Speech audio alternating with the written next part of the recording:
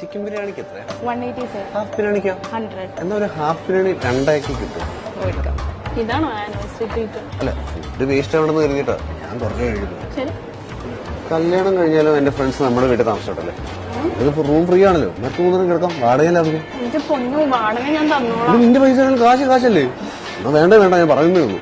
ഓ doctor സിനിമയ്ക്ക് book ചെയ്തോ? അടുത്ത് തന്നെ OTT വരും. അപ്പൊ കണ്ട പോലെ. തിയേറ്ററിൽ കാണുന്ന പോലെയാണോ? തിയേറ്ററിലൊക്കെ ഒരുപാട് പൈസയാണ്. എന്നെ കൊണ്ടുപോവാന്ന് പറഞ്ഞോണേ. ശരി പോവാം. ഇപ്പൊ തന്നെ ബുക്ക് ചെയ്തേ. ഓൺലൈൻ ബുക്ക് ചെയ്യാനോ? സർവീസ് ടാക്സ് കൂടുതലാണ്.